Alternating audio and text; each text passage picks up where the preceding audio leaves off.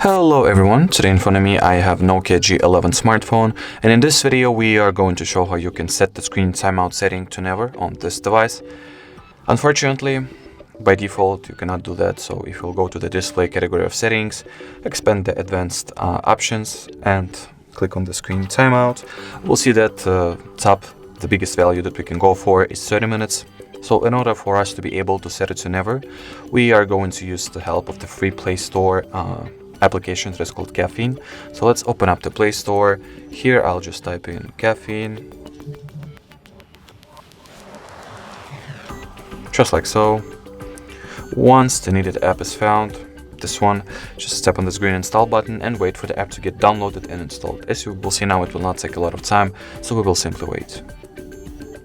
Next, let's open the Caffeine app, and here all that it's left to do for us is to make sure that the timeout section has the infinite value set, and that will effectively mean that as long as the Caffeine app is active and running, your screen will not turn off automatically, no matter for how much time it will be in the idle status.